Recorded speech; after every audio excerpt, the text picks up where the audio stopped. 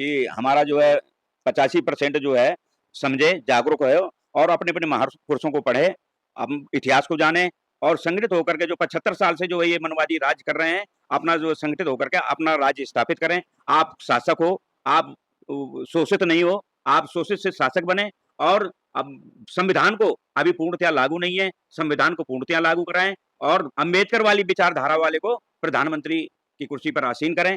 चंद्रशेखर भाई जैसे आपको सारी एक तो शिक्षा का राष्ट्रीयकरण और स्वास्थ्य का राष्ट्रीयकरण किया जाएगा और प्रत्येक भारतीय को रोजगार का गारंटी मिलेगी और रोजगार मिलेगा और सभी शोषण अत्याचार से सभी बहुजनों को मुक्त किया जाएगा, मुक्त होगी।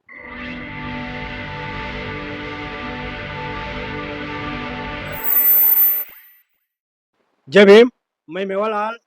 आज मैं समझने के लिए आया हूँ कि जिस तरह से पूरे देश में एक मुद्दा बना हुआ है कि जो ओबीसी के थे, यादव समाज के कथावाचक, उन्होंने कथा सुनाने गए, यादव होकर के ब्राह्मण समाज में कथा सुनाने गए, तो कहा जा रहा तो उन्होंने जात छुपा के गई।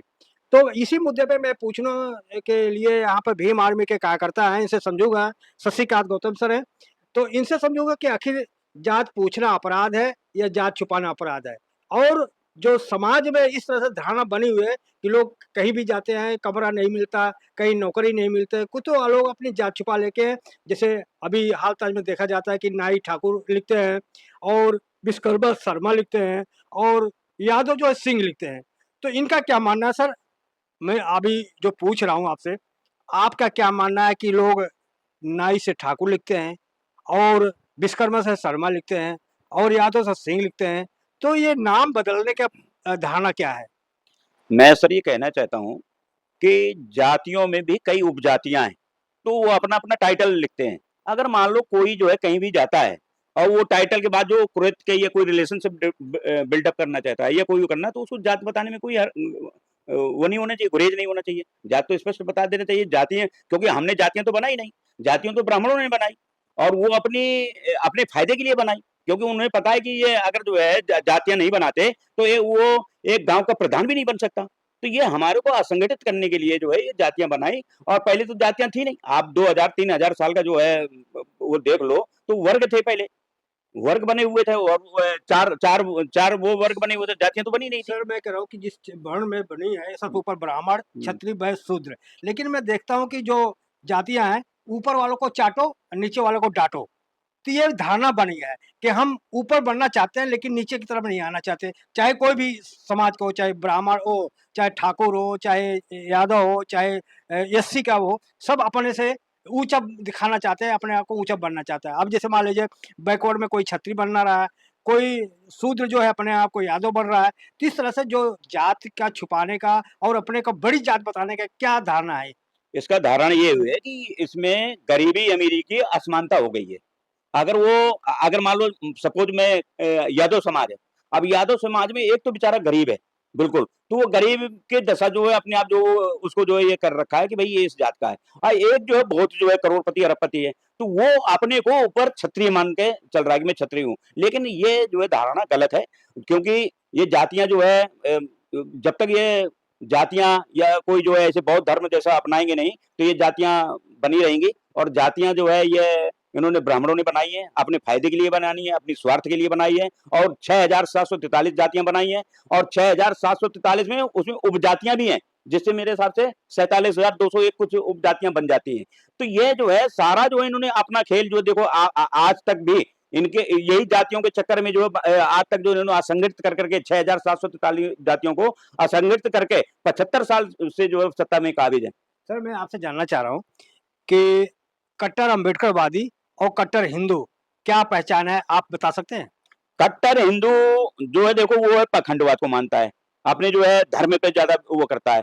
अम्बेडकरवादी कट्टर है जो वो अभी कभी भी अपने तर्क के द्वारा मानता है, तर्क बुद्धि द्वारा मानता है, जो साइंस को मानता है और वो जो प्रत्यक्ष प्रमाण दे देता है साइंस के आधार पर, वो तभी वो अम्बेडकरवादी है। और दूसरे जो है हिंदू है वो सिर्फ धर्म को बढ़ावा देते हैं और धर्म जो है धर्म में क्या की शिक्षा को नाश करना। नेल्सन मंडेला ने भी कहा है कि अगर आपको जो है किसी देश को बर्बाद करना है तो उसकी शिक्षा का नाश कर दो और किसी को जो है और हमारे जो है महापुरुषों ने कहा है, अगर उसको जो है देश को और बर्बाद करना है तो सीधा धर्म की ओर ले जाओ, देवी देवताओं में उसको कर दो, वो कहीं जो है उसको साइंस से हट जाएगा, तर्क से हट जाएगा और उसी में जो है लग जाएगा और उसी में जो है मानसिक मानसिकता वहीं पे उलझी रहेगी, वो कभी भी देश का विकास नहीं कर सकता। सर मैं किसी का आलोचना नहीं कर रहा हूँ, मैं अपने थोड़ा सा जानकारी के अनुसार का, क्या जिस धर्म में ऊंच नीच जात पात छुआछूत भेदभाव है उसको हिंदू नहीं कहा जाता?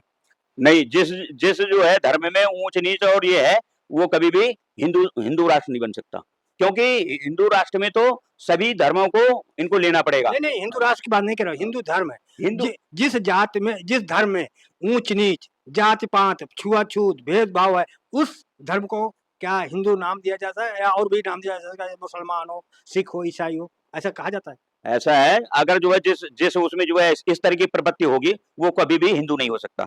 और हिंदू वही है, अगर मान लो वो इस तरीके की धारणा है, आपका जो है पाखंडवाद अंधविश्वास का धारणा करता है, तो वो नहीं, मैं कह रहा हूँ कि क्या हिंदू धर्म ये चीज नहीं पाया जाता, जिसमें छुआछूत भेदभाव अंधविश्वास पाखंड, तू बड़ा मैं नीचा वो फड़ा, अनपढ़, ये हिंदू धर्म पाया जाता कि नहीं तो पाया? ये हिंदू धर्म में तो है सारी, ये सारी व्यवस्थाएं हिंदू धर्म में है, और किसी धर्म में तो ऐसी है नहीं है व्यवस्था। सारी जो छुआछूत और पाखंडवाद और साइंस को न मानना। सर एक चीज, हाँ, सर एक चीज और आप मुझे काट देना मेरी बात को। जैसे मैं कट्टर हिंदू, हमारे हिसाब से ये चूनी और चंदन और गले में माला, हाथ में कलावा, ये पक्का कट्टर हिंदू की पहचान है कि नहीं है? ये हिंदू की पहचान है, कट्टर हिंदू की पहचान है। अगर मान लो इस तरीके से जो वो उलझा हुआ है, तो वो कट्टर ये हिंदू की नहीं है पहचान तो है। पक्का हिंदू नहीं है। हाँ, हाँ, वो फिर जो है सभी उसमें आ जाता है, और वो अगर नहीं है, तो वो उसी व्यवस्था को देख करके वो शोषण अत्याचार करता है हिंदू। जी सर, मैं अभी एक सवाल अभी बहुत पूरे देश में चल रहा है कि क्या जो यादव कथा कराने गए थे वो भी हिंदू सम्राट और कृष्ण के वंशज, और कहा जाता है कि यादवों के लाठी में आग निकलती है, लेकिन इतने बड़े होने के बाद भी ये जो ब्राह्मण के लोग हैं उनको हिंदू नहीं मानते क्या, कि आज उनको जात करा कि आप ये पूजा पाठ कथा भागवत नहीं कर सकते? ये जो है, ये धर्म नहीं धंधा है। ये जो है अपना एक वर्चस्व बना रखा है कि ये कि जो है ब्राह्मण ही जो है इसको करेगा।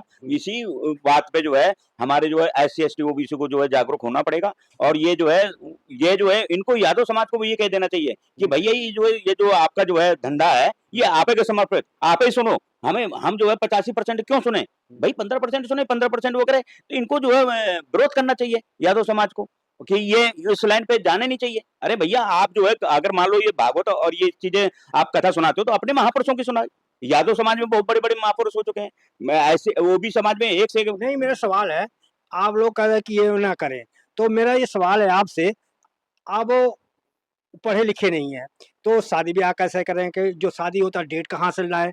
और संस्कार, जैसे मान लो कोई मर गया, तो कहाँ से दाह संस्कार करवाएँ? उनका शादी कौन कराए? तो ये दिक्कत आएगी ना, तो किससे करवाएँ वो? ये इसकी कोई है ही नहीं है। आप जो है मान लो क्या गारंटी है, अगर मान लो उसने शायद पूरा सगुन विचार कर लिया, पंडित ने किसी दे दिया, तो पता चला कि 3 महीने बाद तलाक तो हो जाता है। विकल्प क्या है? अगर ये शादी विवाह अगर ब्राह्मण से करा रहे हैं, तो अगर नहीं वहाँ से कराएँगे तो विकल्प कहाँ से उनका काम होगा? इसमें ऐसा विकल्प है कि हमारा जो एससी एसटी ओबीसी का जो बुद्धिजीवी है, वो अपना डेट फिक्स कर ले, और उसी के आधार पे बौद्ध धर्म के हिसाब से जो आप जो कर सकते हो। आप बार-बार बौद्ध धर्म की बात कर रहे हो, कहा जा रहा है बौद्ध धर्म बहुत बढ़िया धर्म था, लेकिन जब से बाबा साहब ने इसको अपनाया, ये निष्कृत हो गया, ये इसके में वो भ्रांतियाँ आ गई, इसमें कमियाँ आ गई।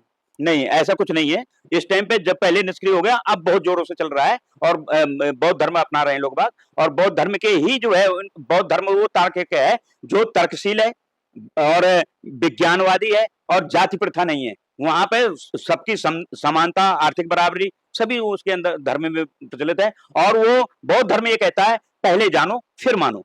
पहले जो है आप उस कसौटी पे अगर तर्कशील हो, अब उस कसौटी पे उतरते हैं, तभी बौद्ध धर्म उसकी मान्यता मानता है, स्वीकार करता है। सर आपने कभी संविधान को पढ़ा है? पढ़ा है सर।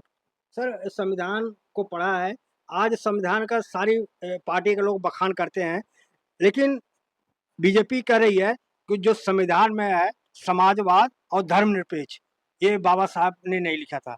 ये जब से कांग्रेस की सरकार आई है, तो वो बाबा साहब को बात को काट के वहाँ ये सब जोड़ दिया है। तो आप सही मांग उठा रही है कि शब्द को निकाल देना चाहिए? ऐसा है, बीजेपी तो जो है जब से उसको जो है हेडगवार की स्थापना हुई 1925 से, तब से वो बाबा साहब को संविधान को माना नहीं। जब से लागू हुआ 1947 से 50 में जाके लागू हुआ, जभी से जो संविधान को वो तो मनुस्मृति को मांगते हैं। वो तो चाहेंगे एविडेंस वो जो है आर्टिकल को जो है तोड़ मरोड़ करेंगे, ये समाजवाद और सेकुलरिज्म शब्द जो है वो हटाएंगे। ये तो एक जो इनकी सोची ये समझी क्या ये चाल है। सच्चाई नहीं ये है? सच्चाई नहीं है सर। क्यों क्यों बाबा साहब के समय में धर्मनिरपेक्ष और ये सारे समाजवाद जुड़ा था? ये सब जुड़े थे। और नहीं, आप गलत जा रहे हैं। ये इंदिरा गांधी जब सरकार आई तब इन्होंने इमरजेंसी में जोड़ा था। नहीं चलो ये मान लो हम जोड़ भी देते हैं तो इसमें गलत क्या है? क्या समाजवाद क्या समाजवाद पूरे समाज को लेके चलना और पूरे इंडिया को धर्मनिरपेक्ष धर्मनिरपेक्ष पूरे धर्म से धर्म को जो है वो सभी धर्मों को सभी धर्म को मान्यता देना, यही जो है हमारा विकल्प है। और तो क्या गलत है इसमें? दो शब्द अगर है तो क्या गलत है? वो तो जो है एक अड़वाली जैसी बात है और वो अपने संविधान को लागू करना चाहते हैं। अब ये देखो उन्होंने जो है राजतंत्र का डंडा जो है स्थापित कर दिया लोकसभा में, तो ये क्या सही है? राजदंड जो है स्थापित कर दिया, क्या सही है ये? तो ये तो अपनी इनकी मानसिकता है, ये बाबा साहब से पहले से ये मतलब जो है विरोधी रहे हैं, अब बाबा साहब को जो है मानते नहीं रहे, इन्होंने जो है तो क्या वो तानाशाही थोड़ी है, वो तो सबके सहमति से वहाँ पे लगाया है ना। कहाँ पे? तो वो तो अब सत्ता है तो कुछ भी कर लेंगे, सत्ता के बल पे जो ये तानाशाही अब कोई विरोध करने वाला है नहीं। हमारे बहुजन जो है विरोध है नहीं भी, क्योंकि जितने भी हमारे 130 जो है अभी हमारे सांसद चंद्रशेखर भाई गए हैं, अब नहीं 130 जो है सारे जो है कोई में किसी की जो उनके गुलाम है, उनके जो है उनके एक जो है अगर कोई भी उनको राज्यसभा में लोकसभा में बोलना पड़े तो बगैर बगैर उनकी अनुमति के बोल नहीं सकते। अपना जो है अपने समाज का अपने जो है बहुजन समाज का जो है कोई भी जो है उनका वक्तव्य नहीं बयान कर सकते, उनकी अपने हक अधिकार की आवाज नहीं उठा सकते। उनके जो गाइडलाइन उनके अपनी पार्टी के गाइडलाइन होते हैं, वो गाइडलाइन के हिसाब से चलेंगे। अगर ऐसा करते हैं 1 मिनट के अंदर उनको पार्टी से निकाल दिया जाएगा। मैं आपसे जाना हूँ, लास्ट सवाल आपसे पूछ रहा हूँ। चंद्रशेखर के बारे में कहा जा रहा है कि ये नवयुवकों को गुमराह कर रहे हैं, इनका काम है यूज करो और थ्रो फेंक दो। अभी प्रयागराज में भी देख लो, अभी तुगलकाबाद में जो रविदास मंदिर के बारे में हुआ था, वहाँ भी कई लोग अभी तक जेल में बंद है, उनका कोई सुध लेने वाला नहीं है। तो इस तरह से आरोप लग रहा है चंद्रशेखर के ऊपर, क्या कहेंगे? ऐसा है सर, हमारे जो प्रयागराज का मामला हुआ, प्रयागराज में तो हमारे देखो जो भी है जब जो है कोई जो सितारा आगे बढ़ता है तो उसको षड्यंत्र के तहत ये मनवादी जो है षड्यंत्र के तहत हर हमेशा पीछे पैर खींचते हैं। और ऐसे हमारी विपक्ष की पार्टियां भी हैं, विपक्ष भी है, विपक्ष है और जो है मनवादी पार्टियां तो ऐसा नहीं है कि मनवादी वही है, हमारे जो समाज में भी मनवादी हैं और उनके विचारधारा से चल रहे हैं। लास्ट सवाल, क्या आप लोग बहुजन समाज पार्टी से मिल करके काम करेंगे? हम तो तैयार हैं, अगर बहन जी जो है बात करें, बात करने के लिए तैयार है तो हमारे तो भाई जो है पहले से तैयार बैठे हैं। तो आप बिलक कर लीजिए ना। बहन जी को जो उन्होंने फोन भी किया, बात किया, वो अरे पार्टी में बिलक कर लीजिए ना। अरे तो पहले विलय तो करने के लिए तैयार है, पहले वो तैयार तो हो, वो तो इजाजत दें, बहन जी इजाजत दें। बहन जी अगर हमारे को जो है हमारे जो भाई को जो है सम्मान सहित उनको लेंगे और सम्मान सहित उनको बैठाएंगे तो हम दिक्कत क्या है? वो तो भाई हमारे तो तैयार बैठे हैं। चलो धन्यवाद, आपने सभी हमारे सवालों का जवाब दिया। तो शशिकांत सर थे, इनकी बात को आपको कैसा लगा और हमारा प्रयास कैसा लगा कमेंट में जरूर बताएं। और आप कहां से देख रहे हैं और आप लोग नए हैं तो हमारे चैनल को सब्सक्राइब करें, लाइक करें, कमेंट करें। धन्यवाद। जय भीम, जय भारत। क्या कहेंगे? बस मैं तो यही कहूंगा कि हमारा जो है 85% जो है समझे, जागरूक है और अपने अपने महापुरुषों को पढ़े, हम इतिहास को जाने और संगठित होकर के जो 75 साल से जो है ये मनवादी राज कर रहे हैं, अपना जो संगठित होकर के अपना राज्य स्थापित करें। आप शासक हो, आप शोषित नहीं हो, आप शोषित से शासक बने। और अब संविधान को अभी पूर्णतया लागू नहीं है, संविधान को पूर्णतया लागू कराएं और अम्बेडकर वाली विचारधारा वाले को प्रधानमंत्री की कुर्सी पर आसीन करें। चंद्रशेखर भाई जैसे आपको सारी, एक तो शिक्षा का राष्ट्रीयकरण और स्वास्थ्य का राष्ट्रीयकरण किया जाएगा और प्रत्येक भारतीय को रोजगार का गारंटी मिलेगी और रोजगार मिलेगा और सभी शोषण अत्याचार से सभी बहुजनों को मुक्त किया जाएगा, मुक्त होंगे।